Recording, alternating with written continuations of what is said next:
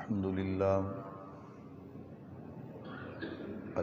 لله نحمده ونستعينه ونستغفره ونؤمن به ونتوكل عليه ونعوذ بالله من شرور أنفسنا ومن سيئات أعمالنا من يهده الله فلا مضل له ومن يضلله فلا هادي له ونشهد أن لا إله إلا الله وحده لا شريك له ونشهد أن سيدنا ومولانا محمدا عبده ورسوله أما بعد أعوذ بالله من الشيطان الرجيم بسم الله الرحمن الرحيم لقد كان لكم في رسول الله أسوة حسنة صدق الله العظيم وصدق رسوله النبي الكريم ونحن على ذلك لمن الشاهدين والشاكرين والحمد لله رب العالمين۔ تمام حضرات درود پاک پڑھنے اللہم صلی علی محمد وعلی آل محمد كما صليت على إبراهيم وعلى آل إبراهيم إنك حميد مجيد اللهم بارك على محمد وعلى آل محمد كما باركت على إبراهيم وعلى آل إبراهيم إنك حميد مجيد۔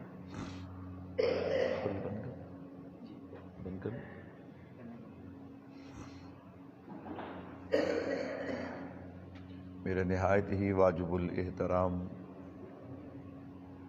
تشریف فرما عزیز بزرگوں، دوستوں، بھائیوں،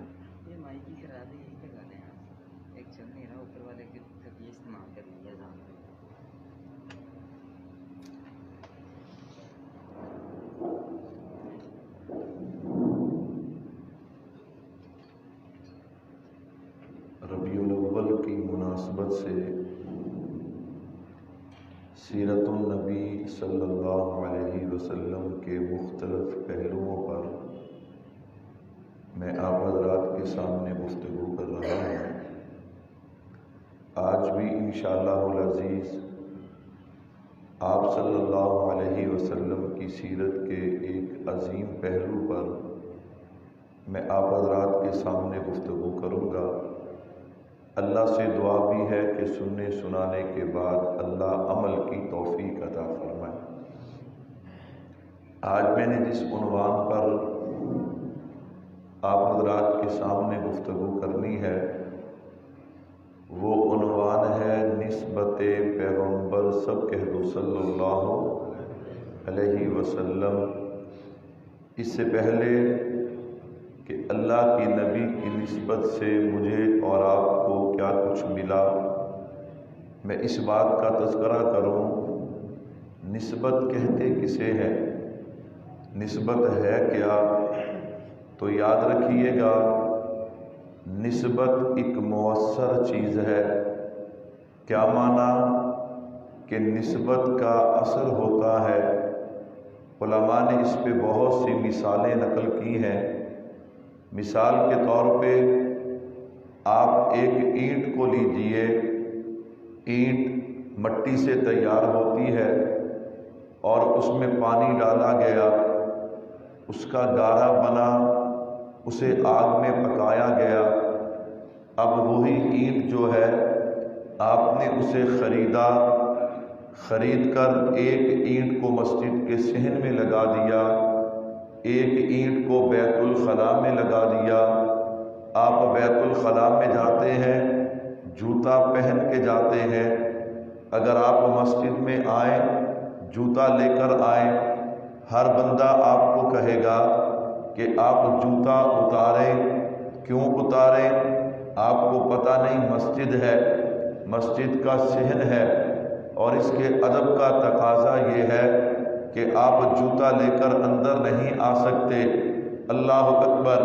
وہ بندہ سوال کرتا ہے، یار جو اینٹیں مسجد کے صحن میں لگی ہیں وہی بیت الخلاء میں لگی ہیں، بیت الخلاء اور مسجد کے صحن والی اینٹیں، ان کی مٹی بھی ایک جگہ کی، ان کا گارا بھی ایک جگہ پہ بنا، ان میں جو پانی ڈالا گیا وہ پانی بھی ایک ہی ہے، بنانے والا مزدور اور جس سانچے میں ڈالا گیا وہ سانچہ بھی ایک ہے، جس آگ میں پکے وہ آگ بھی ایک ہے، لیکن ایک مسجد کے صحن میں لگی، یہاں جوتا نہیں لانے دیتے، ایک بیت الخلاء میں لگی، وہاں جوتا لے کر جاتے ہیں۔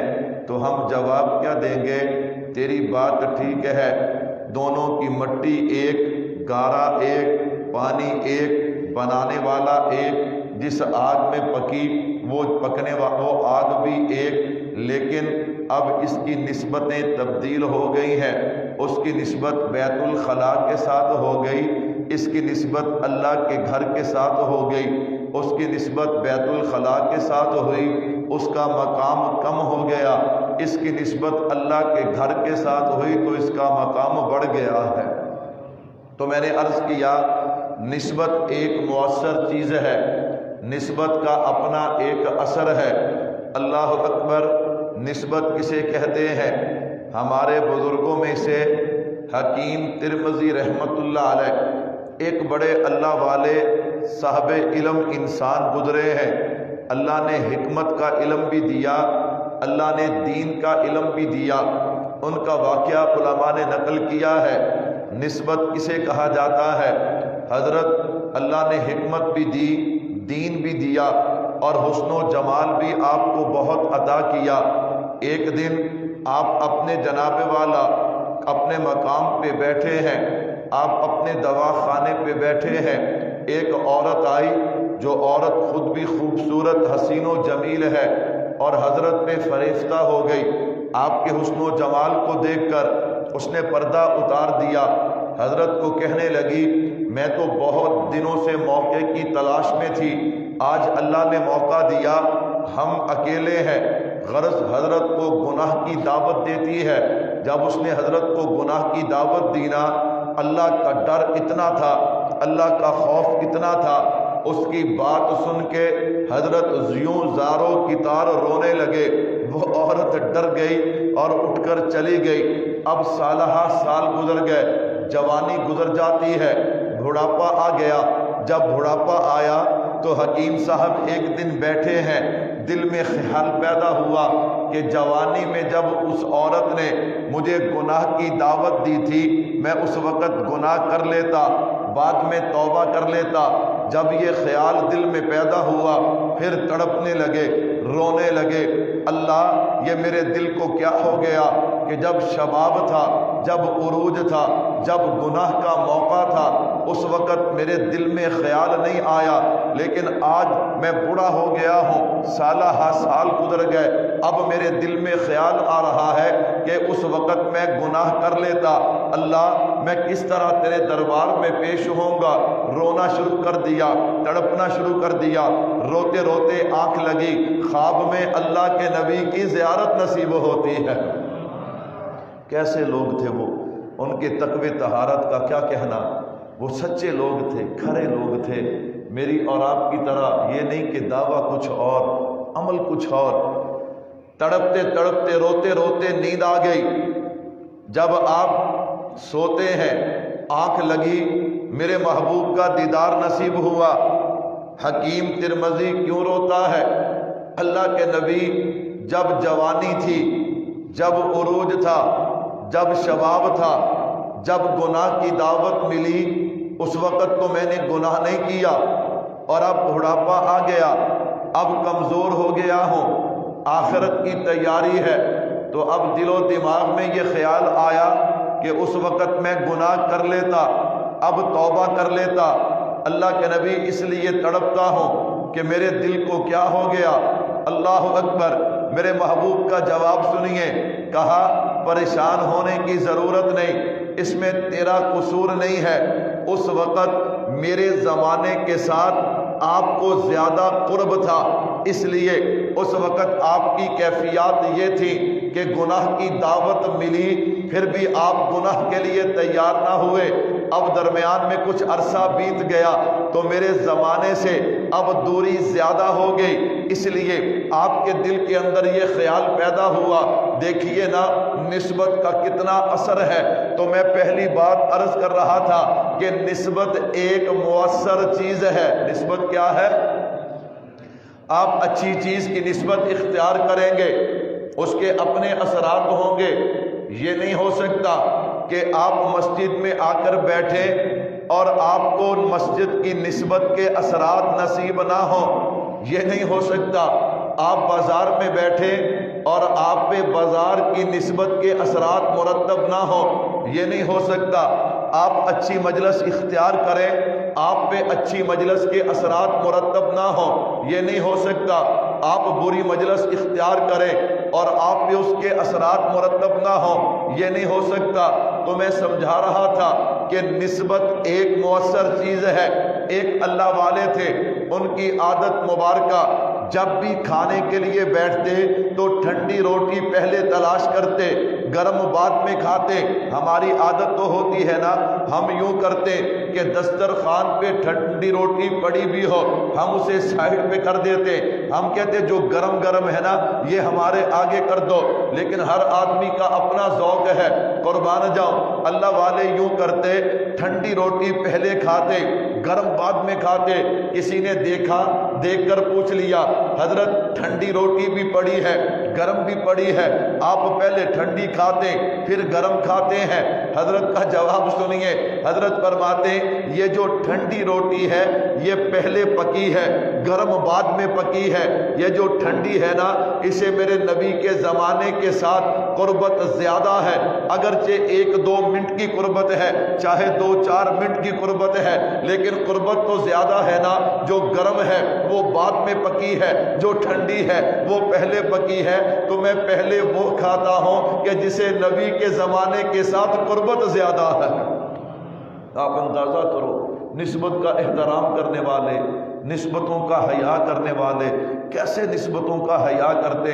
علماء نے واقعہ لکھا، ایک اللہ والے صاحب نسبت بزرگ تھے اور وہ دوسرے اللہ والے سے ملنے کے لیے جانے لگے تو سوچنے لگے کہ اللہ کے نبی نے فرمایا کہ ایک دوسرے کو تحفے دیا کرو، ہدیہ دیا کرو۔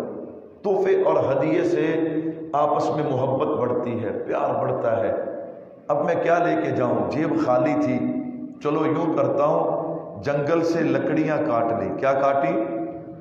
جنگل سے لکڑیاں کاٹی، وہ گٹھا بنا کے اللہ نے نبوت کا تاج سجایا ہے۔ وہ نبی کیا دعا مانگ رہے ہیں، اللہ ہمیں جناب محمد مصطفیٰ صلی اللہ علیہ وسلم کا امتی بنا دے۔ آخر میرے محبوب کی نسبت ہے کیا چیز؟ بہت سے پہلو ہیں میرے محبوب کی نسبت کے، توجہ کیجیے گا۔ میں ایک پہلو آپ حضرات کے گوشت گزار کرنے چلا ہوں۔ اللہ نے مجھے اور آپ کو، اس امت کو جناب محمد مصطفیٰ صلی اللہ علیہ وسلم کی نسبت سے کیا کچھ عطا کیا ہے۔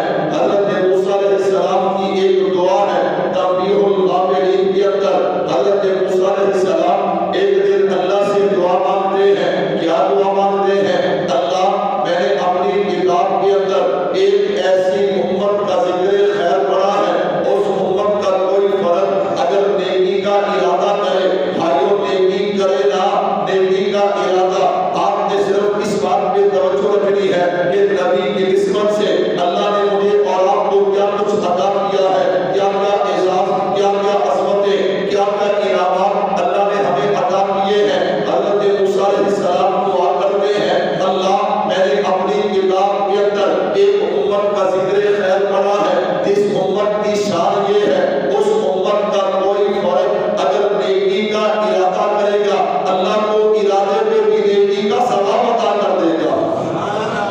اتنا بڑا اعزاز ہے۔ آپ ساری امتوں کو پڑھ کے دیکھ لیجیے، کسی امت کو یہ اللہ نے اعزاز نہیں دیا۔ اللہ اکبر، نیکی کا ارادہ، مثال کے طور پہ ایک بندہ ارادہ کرتا ہے کہ میں عصر کی نماز جماعت سے پڑھوں گا. کیا کروں گا؟ ابھی اس نے نماز پڑھی نہیں ہے، اس نیک ارادے پہ نیکی اس کے نامہ اعمال میں لکھ دی گئی. سبحان اللہ. میرے بھائیوں، نیکی کا ارادہ کرے، نیکی کا ثواب لکھ دیا جائے گا.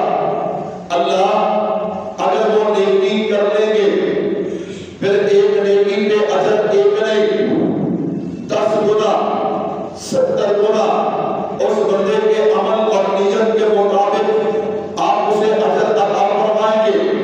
اور فرمایا اللہ اگر وہی امت گناہ کا ارادہ کرے، میرے بھائیوں سوچئے گا، ہونا تو یہی چاہیے تھا نا کہ اگر نیکی کا ارادہ نیکی تو گناہ کے ارادے پہ گناہ. لیکن قربان جاؤ میرے نبی کی نسبت دیکھیے گا، اللہ اگر وہی امت اس کا کوئی فرد گناہ کا ارادہ کرے گا تو گناہ کے ارادے پہ گناہ نہیں لکھا جائے گا، پورے عزم کے ساتھ گناہ کی طرف چل بھی پڑے گا، پھر بھی گناہ نہیں لکھا جائے گا. اور جب گناہ کر لے گا، علماء فرماتے ہیں گناہ کرنے کے فوراً بعد فرشتے کو حکم نہیں کہ وہ گناہ لکھے، تھوڑی دیر انتظار کرے. ہو سکتا ہے یہ بندہ معافی مانگ لے اور لکھنے کی ضرورت ہی نہ پڑے. کہا گناہ کرنے کے بعد پھر 10 گنا نہیں 70 گنا نہیں، ایک گناہ کا ایک گناہ ہی لکھا جائے گا. حضرت موسیٰ علیہ السلام دعا کرتے ہیں، اللہ یہ جو عظمت والی امت ہے، نیکی کے ارادے پہ نیکی کا ثواب، ایک نیکی پہ 10 گنا 70 گنا ثواب، اور گناہ کے ارادے پہ گناہ نہیں، اور ایک گناہ کا ایک گناہ لکھا جائے گا اور وہ بھی معافی مانگنے پہ معاف کر دیا جائے گا. اللہ یہ عظمت والی امت مجھے عطا کر دے. اللہ فرماتے ہیں نا کریم اللہ، یہ امت تجھے عطا نہیں کرتی، یہ امت محمد مصطفیٰ کو عطا کرتی ہے صلی اللہ. اور امتی اتنے تھکے ہیں کہ سبحان اللہ بھی نہیں کہتے. اللہ نے کیسے کیسے اعزاز دیے ہیں، بڑی عجیب بات ہے. جناب کریم اللہ عرض کرتے ہیں، اللہ میری کتاب میں ایک امت کا ذکر ہے جس امت کی شان یہ ہے اس امت کے 70,000 افراد بغیر حساب کتاب کے جنت میں جائیں گے. سبحان اللہ. اتنی بڑی امت ہے، 70,000 چلے بھی گئے تو باقیوں کا کیا بنے گا؟ میرے محبوب فرماتے ہیں یہ جو 70,000 ہے ان میں سے ہر ایک اپنے ساتھ 70,000 کو جنت میں لے کے جائے گا. یہ 70 کو 70 سے ضرب دیں تو 1,40 کروڑ بندے. سبحان اللہ. اتنے بندے بغیر حساب کتاب کے جنت میں جائیں گے. اللہ اکبر. اللہ کے نبی اتنی بڑی امت آپ کی 80 صفحے ہوگی آپ کی امت کی. اگر اتنے لوگ چلے بھی گئے تو باقیوں کا کیا بنے گا؟ میرے محبوب فرماتے میں نے پھر بھی اپنا دامن اپنے رب کے سامنے پھیلا دیا. میرے رب نے میرے ساتھ وعدہ کیا، قبری والے نہ ہو، میرا تجھ سے وعدہ ہے میں قیامت والے دن تیری امت کی 3 لمبے جہنم سے بھر کے جنت میں داخل کر دوں گا. اسی بات کو حضرت موسیٰ علیہ السلام نقل کرتے ہیں، اللہ میری کتاب میں ایک امت کا ذکر خیر ہے جس کے 70,000 افراد بغیر حساب کتاب کے جنت میں جائیں گے. اللہ وہ امت مجھے عطا کر دے. فرمایا نام کریم اللہ وہ امت تجھے عطا نہیں کرنی، وہ امت محمد مصطفیٰ کو عطا کرنی ہے. میرے بھائیوں کیا کیا اعزاز اللہ نے میرے محبوب کی نسبت کی وجہ سے مجھے اور آپ کو عطا کیے ہیں. آپ قرآن کریم کی تفسیر پڑھ کے دیکھیے، جتنی بھی امتیں آئی ہیں ان امتوں پہ جو اللہ کا عذاب نازل ہوا وہ ایک ایک گناہ کی وجہ سے ہوا. اللہ معاف فرمائے. ان پہ تو حالات یہ تھے کہ کوئی بندہ رات کو چھپ کے گناہ کرتا، صبح اس کے دروازے پہ لکھ دیا جاتا، اس کے پیشانی پہ لکھ دیا جاتا. اللہ معاف فرمائے. آج میرے گناہ میری پیشانی پہ آ جائے، آپ کے گناہ آپ کی پیشانی پہ آ جائے، ہمارا کیا بنے؟ لوگ ہم پہ تھو کریں، کوئی ہمارے قریب نہ آئے. یہ میرے محبوب کی نسبت ہے. وہ امتیں اگر ایک ایک گناہ کرتی ہیں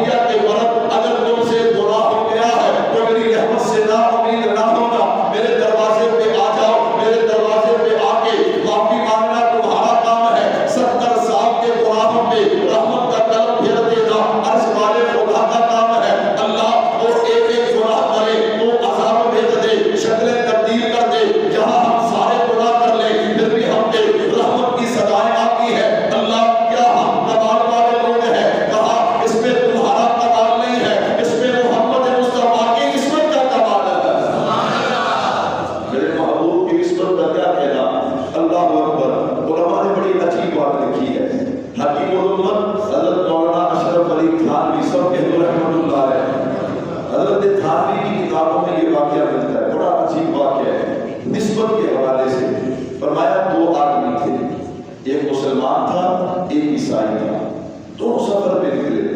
پہلے زمانے کا سفر، جنگل کا سفر، چلتے گئے، ابھی ان کی منزل نہیں آئی، منزل آنے میں 2 دن باقی تھے، ان کے کھانے پینے کا سامان ختم ہو گیا۔ اللہ اکبر، جب کھانے پینے کا سامان ختم ہوا، پریشان ہے، جنگل ہے، بیابان ہے، نہ کوئی مکان نہ کوئی دکان، اب کیا کریں؟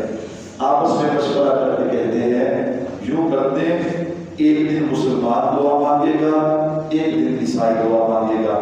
پہلا دن مسلمان کا، مسلمان سائڈ پہ ہوا، اللہ مشکل کشا تو ہے، حاجت روا تو ہے، بگڑی بنانے والا تو ہے، داتا تو ہے، میرے خیال کو اڑا دیتا کوئی نہیں، صرف بھائی اخلاق بے شک کہتے ہیں، باقی سارے خبر سب کہہ دو بے شک۔ اللہ رزق دے، اللہ کی قسم جب وہ اللہ دینے پہ آتا ہے تو یوں دیتا ہے بندہ سوچ بھی نہیں سکتا، اور جب وہ پکڑتا ہے بندے کو، پھر بندے کو پتہ نہیں چلتا کہ اللہ نے کہاں سے پکڑا ہے، کیسے پکڑا ہے، بس اللہ اپنے کرم والا معاملہ فرمائے، کہہ دو آمین۔ بندہ جتنا بھی گنہگار ہوگا، بندہ جتنا بھی گنہگار ہو، اس بات کو پلے باندھ دیجیے، بندہ جتنا بھی گنہگار ہو کبھی تکبر نہ کرے۔ کیا نہ کرے؟ جو بندہ تکبر نہیں کرتا وہ کبھی معاف نہیں کرتا۔ کہ واضح میں رکھیے گا، جو بندہ تکبر کرتا ہے اللہ فرماتے آ جائے۔ اللہ اکبر، جتنا بھی بندہ گنہگار ہوگا بس اپنے رب سے مانگتا رہے، اللہ میں گنہگار ہوں، انسان ہوں، تو رحمان ہے، میں گناہ کر بیٹھا، معاف کرنا تیری شان ہے۔ اللہ کی قسم، اللہ گناہ بھی معاف کرتا ہے، اپنے بندے سے راضی بھی ہو جاتا ہے۔ اور جو تکبر والا ہے اللہ معاف فرمائے، اللہ معاف فرمائے، وہ جتنے بھی اعمال کرتا رہے، لیکن تکبر جب باڑے آتا ہے اللہ کی پناہ۔ تو میں عرض کر رہا تھا تکبر کیا ہے؟ تکبر یہ ہے میں کرتا ہوں، مجھ سے ہوتا ہے، میری عقل ہے، میری طاقت ہے، میرا قدم ہے، میں یوں کروں تو یوں ہو جاتا ہے۔ رب کو یہ پسند نہیں، اللہ کو یہ پسند نہیں۔ اللہ اکبر، بس اللہ ہی اللہ، کون؟ اللہ ہی اللہ۔ اللہ کو صلاحیت رکھ بھی دے، اپنے ذہن میں نہیں آنی چاہیے۔ اگر کوئی اس صلاحیت کا تذکرہ کرے تو فوراً زبان سے اللہ کا شکر ادا کر دینا چاہیے اور کہنا چاہیے بھائیو مجھ میں کیا کمال ہے، یہ اسی کا کرم ہے کہ اس عاجز کو استعمال کر لیا، پھر اللہ کی رحمتیں ہی رحمتیں ہیں۔ کہ تو سبحان اللہ۔ اس نے دعا مانگی، تھوڑا سا وقت گزرا، ایک بندہ آیا، اس نے کہا مسافر ہو؟ جی مسافر ہے۔ اس نے ایک ٹفن دیا، ٹفن کھولا، گرما گرم کھانا، اس نے دسترخوان بچھایا، اللہ کا شکر ادا کیا، کھانا کھا لیا۔ دوسرا دن آیا نا، حضرت حکیم محمد فرماتے ہیں عیسائی کو ذرا بھی پریشانی نہیں۔ مسلمان سوچتا ہے یار میں تو مسلمان، اللہ کے ماننے والا، حضور کے ماننے والا، میں نے دعا مانگی، کھانا پی لیا، یہ کیا کرے گا؟ جب وہ وقت آیا نا کھانے کا، وہ بھی سائڈ پہ ہوا، اس نے بھی ہاتھ اٹھایا۔ جب اس نے دعا ختم کی نا، اللہ اکبر، پھر ایک بندہ آیا، اس نے کہا مسافر ہو؟ جی مسافر ہے۔ اس نے 2 ٹفن دیے۔ کتنے ٹفن دیے؟ رزاق کون ہے؟ اس کا وعدہ ہے، وہ کہتا ہے میں مالک ہوں، میں نے تمہیں پیدا کیا ہے۔ اللہ اکبر، تم جو کرتے ہو نا یہ میں تم سے پوچھوں گا قیامت والے دن، فَمَن يَعْمَلْ مِثْقَالَ ذَرَّةٍ خَيْرًا يَرَهُ شَرًّا يَرَهُ، تم جو کرتے ہو یہ میں پوچھوں گا۔ باقی معاملہ رزق کا وہ مسلمانوں کو بھی دیتا ہے، وہ ان کو بھی دیتا ہے جو صبح اٹھ کے بتوں کے سامنے سر رگڑتے ہیں، جو سورج چاند آگ کی پوجا کرتے ہیں، ان کو بھی دیتا ہے نعوذ باللہ، جو الگ اعلان کرتے ہیں کہ نعوذ باللہ خالق بھی کوئی نہیں، مالک بھی کوئی نہیں، وہ نظر ان کی بھی نہیں چھینتا، وہ زبان ان کی بھی نہیں چھینتا، وہ رزق ان سے بھی نہیں چھینتا۔ کیوں؟ اس نے ایک وقت دیا ہے، کب جو ہوتا ہے ایک وقت آنے والا ہے، پھر میں پوچھوں گا نعمت الملک لیاؤ، آج بات شاہد اس کی ہے، اللہ ہمیں اس بات کو سمجھنے کی توفیق عطا فرمائے۔ اس نے دسترخوان سجایا، مسلمان کو کہتا ہے آجا بھائی کھانا کھائیں، مسلمان کہاں سے آئے؟ وہ تو پریشان، یہ کیا ہو گیا؟ میں نے مانگا تو 1 ٹفن، اس نے مانگا تو 2 ٹفن، یہ معاملہ کیا ہو گیا؟ مسلمان پریشان ہے،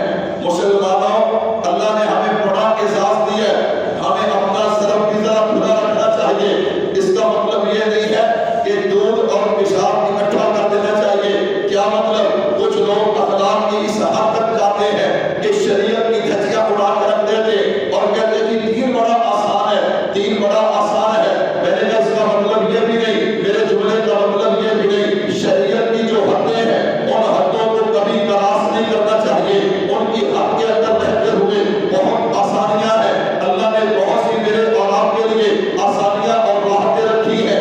خیر عیسائی کہنے لگا آجا آجا کھانا کھا لے، وہ کہتا ہے میں تو نہیں آتا۔ اس نے کہا پریشان کیوں ہوتا ہے؟ اگر اللہ نے ٹفن دو دیے ہیں تو خوشخبریاں بھی دو سناؤں گا۔ اس نے کہا پہلے خوشخبریاں، اس نے کہا پہلی خوشخبری اشہد ان لا الہ الا اللہ واشہد ان محمد عبدہ ورسولہ، میں کلمہ پڑھ کے تمہارے نبی کا غلام بنتا ہوں۔ اس نے کہا دوسری خوشخبری، اس نے کہا مجھے پتا میں نے دعا میں کیا مانگا تھا، کیا مانگا تھا؟ میں نے کہا اللہ یہ بندہ جس نبی کا امتی ہے اگر اس نبی کا تیرے ہاں کوئی مقام ہے تو ہمیں کھانا عطا کر۔ اس نے کہا اللہ کے بندے تو نے مانگا تو اللہ نے ایک ٹفن دیا ہے، میں نے تیرے نبی کا واسطہ دے کر مانگا ہے تو اللہ نے دو ٹفن عطا کیے ہیں۔ تو ہم اس لیے کہتے ہیں کہ نبی کا واسطہ، آج کچھ لوگوں کو اس بات سے تکلیف ہوتی ہے نبی کا واسطہ۔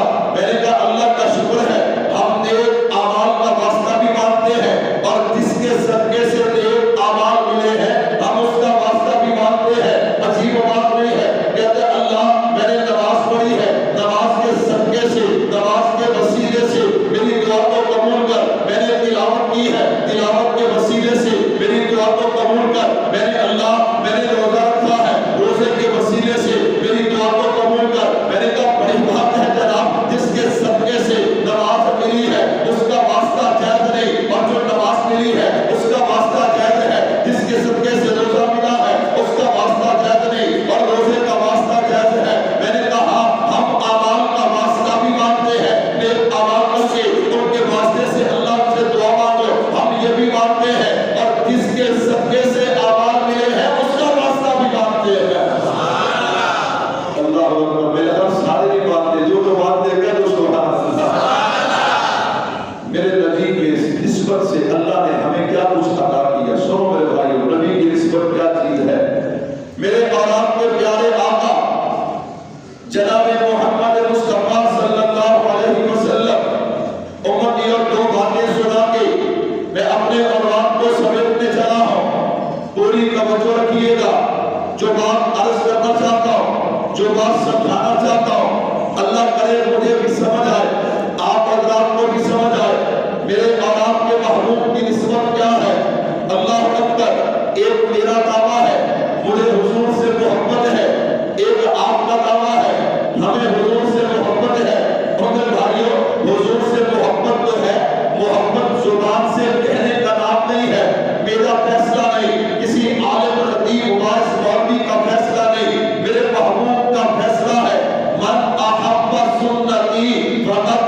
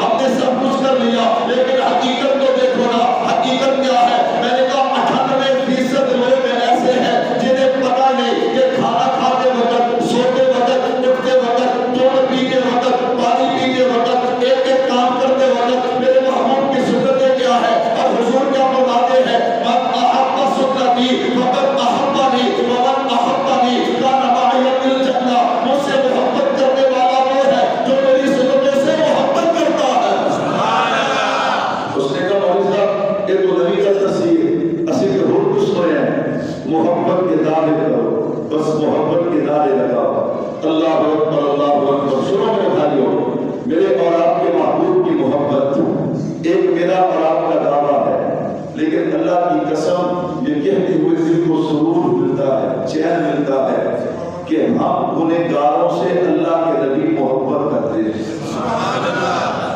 ہم گنہگاروں سے اللہ کے نبی کیا کرتے ہیں یار بندے کو پتا چلے نا کہ فلاں بندہ جو ہے وہ میرا بڑا احترام کرتا ہے بڑی قدر کرتا ہے کہ ہم جلسوں پہ جاتے نا بعض دفعہ وقت نہیں ہوتا تو میزبان کہتے ہیں مولوی صاحب وہ فلاں جو بندہ ہے نا اس نے بڑے پیار سے آپ کے لیے کھانا بنایا تو ہم مجبور ہو جاتے ہیں ایک بندہ ہمیں جانتا ہی نہیں ہے رشتے داری نہیں ہے لیکن وہ صرف دین کی وجہ سے اتنی محبت کر رہا ہے تو ہم کہتے ہیں یاد چلو جو بندہ اتنا پیار کرتا ہے اس کے گھر جانا چاہیے کھاؤ نہ کھاؤ اس کے گھر جانا چاہیے تو بندے کو جب پتا چلتا ہے نا کہ فلاں بندہ میری بڑی قدر کرتا ہے میرا بڑا احترام کرتا ہے مجھ سے محبت کرتا ہے تو بندہ اس پہ سب کچھ لٹانے کو تیار ہو جاتا ہے کتنا پیارا جملہ ہے کہ اللہ کے نبی ہم سب سے محبت کرتے ہیں اللہ کے نبی ہم تو اس جملے پہ بچ جائیں مٹ جائیں اس جملے پہ کہ اللہ کے نبی ہم سے محبت کرتے ہیں کیا مطلب جبرائیل امین آئے اللہ کے نبی نے جب جبرائیل امین کو دیکھا جبریل بڑے پریشان ہے جبریل کبھی قرآن پڑھتا ہوا آتا ہے کبھی مسکراتے ہوئے آتا ہے آج تجھے کیا بنا آج تو پریشان کیوں ہے اللہ کے نبی جہنم دیکھ کر آیا ہو جبریل کیا دیکھا اللہ کے نبی جہنم کے 7 طبقے ہیں جہنم کے 7 درجے ہیں کون ہوگا منافق ہوں گے مشرک ہوں گے آگ کی پوجا کرنے والے پتھروں کی پوجا کرنے والے یہودی عیسائی 6 طبقے دن کے جبرائیل امین خاموش ہو گئے اللہ اکبر جو بات مجھے اور آپ کو سمجھ نہیں آ رہی وہ بات جبرائیل امین سمجھتے تھے جبرائیل امین خاموش ہو گئے اللہ معاف فرمائے اللہ محفوظ فرمائے کسی پیارے کا اگر حادثہ ہو جائے لوگ اس کے رشتے دار اس کے والد اس کے بھائی کو خبر دیتے وقت بڑی احتیاط کرتے ہیں بڑے طریقے کے ساتھ خبر دیتے ہیں اچانک کسی بتایا تو یہ پریشان نہ ہو جائے کوئی نیا حادثہ نہ پیش آ جائے اللہ اکبر جبریل خاموش ہو گئے میرے محبوب نے فرمایا جبریل ادھر تو کہتا تھا کہ درجے 7 ہیں طبقے 7 ہیں بتائے 6 لوگ ہیں ایک درجہ باقی رہ گیا اس میں کون ہوگا جبریل خاموش ہے جبریل بتاتا کیوں نہیں اللہ کے نبی اگر میں بتاؤں آپ سے برداشت نہیں ہوگا جبریل بتانا اس میں کون ہوگا اللہ کے نبی اس میں آپ کی امت کے گنہگار ہوں گے جب جبریل نے اتنا جملہ کہا کملی والے اٹھے ہیں اپنا حجرہ مبارک میں تشریف لے گئے میرے محبوب نے دروازہ بند کر لیا اور رونا شروع کر دیا رب کے سامنے دامن پھیلا دیا امتیوں ایک دن گزر گیا 2 دن گزر گئے علماء فرماتے ہیں 3 دن گزر گئے میرے نبی نے کھایا بھی کچھ نہیں میرے نبی نے پیا بھی کچھ نہیں کسی سے کلام بھی نہیں کیا نماز کا وقت ہوتا آقا مصلی پہ تشریف لاتے نماز پڑھاتے واپس تشریف لے جاتے اللہ اکبر 3 دنوں کے بعد صحابہ سے رہا نہ گیا حضرت ابوبکر صدیق کو بھیجا دروازہ نہ کھلا حضرت عمر کو بھیجا دروازہ نہ کھلا حضرت علی کو بھیجا رضی اللہ عنہم اجمعین وہ راستے سے واپس آئے انہوں نے گھر جا کے حضرت فاطمہ الزہرا رضی اللہ تعالیٰ عنہا سے کہا فاطمہ آج 3 دن ہو گئے آپ کے والد گرامی نے کھایا بھی کچھ نہیں پیا بھی کچھ نہیں کسی سے کلام بھی نہیں ہے اور مسلسل رونا ہے جا کے پتہ تو کیجیے بات کیا ہے معاملہ کیا ہے حضرت فاطمہ الزہرا رضی اللہ تعالیٰ عنہا تشریف لے گئی دروازے پہ دستک ہے ابو بیٹی فاطمہ حاضر ہے میرے محبوب نے دروازہ کھول دیا ابو کیا بات ہے آج 3 دن گزر گئے کھایا بھی کچھ نہیں پیا بھی کچھ نہیں مسلسل دعا اور رونا ہے کہا بیٹی جب سے مجھے جبریل نے بتایا ہے میری امت کے کچھ لوگ جو ہے وہ جہنم کے اندر ہوں گے میں اس وقت سے رو کے ان کی رہائی کی دعا مانگ رہا ہوں امتیوں کیا بنے گا اللہ اکبر اتنا کہہ کے میرے محبوب نے پھر سر سجدے میں رکھا تھوڑی دیر کے بعد سر اٹھایا نا تو مسکراتے ہوئے حضرت فاطمہ نے پوچھا ابو ابھی رو رہے تھے ابھی آپ مسکرا رہے ہیں کہا بیٹی رونا بھی امت کے لیے، مسکرانا بھی امت کے لیے۔ کیا مطلب؟ کہا ابھی جبریل آئے تھے، قرآن آئے تھے، وَلَسَوْفَ يُعْطِيكَ رَبُّكَ فَتَرْضَىٰ، اللہ آپ کو اتنا عطا فرمائیں گے کہ آپ راضی ہو جائیں گے۔ اب اس سے امت کا کیا تعلق ہے؟ کہا بیٹی میں محمد اس وقت تک صلی اللہ علیہ وسلم راضی نہیں ہوں گا جب تک میری امت کا آخری گنہگار بھی جنت میں داخل نہیں ہو جائے گا۔ تو میرے بھائیوں کیا خیال ہے؟ ایسے نبی سے وفا کرنی چاہیے کہ نہیں کرنی چاہیے؟ سارے نے بول دیا وفا کرنی چاہیے کہ نہیں کرنی چاہیے؟ وفا کا کیا مطلب ہے؟ وفا کا مطلب یہ نہیں کہ نعرے لگائیں، وفا کا مطلب یہ نہیں کہ مولوی کو پیسے دیں، وفا کا مطلب یہ نہیں ہے، وفا کا مطلب ہے نبی کی ایک ایک سنت پہ مر مٹے۔ نبی کی ایک ایک سنت پہ کیا ہے؟ مر مٹے۔ یہ بڑا سخت ہے، یہ بڑا ظالم ہے، یہ بڑا ٹھیک ہے، یہ بہت سیاہ ہو چکا ہے، یہ نہیں کرنے دے گا مجھے اور آپ کو۔ کہتے ہیں زبان سے دانے لگاتا ہے، زبان سے دانے جتنے مرضی لگاتا ہے، یہ جو ہے نا یہ مجھے اور آپ کو عمل نہیں کرنے دے گا۔ اللہ عمل کی توفیق عطا فرمائے۔ اللہ پر مجھے اور آپ کو سیکھ کر نبی کی ایک ایک ادا یہ کیسے سیکھیں گے؟ اگر اللہ نے وقت دیا ہے تو آؤ، مدارس کھلے ہیں، سیکھو۔ نہیں سیکھ سکتے، علماء نے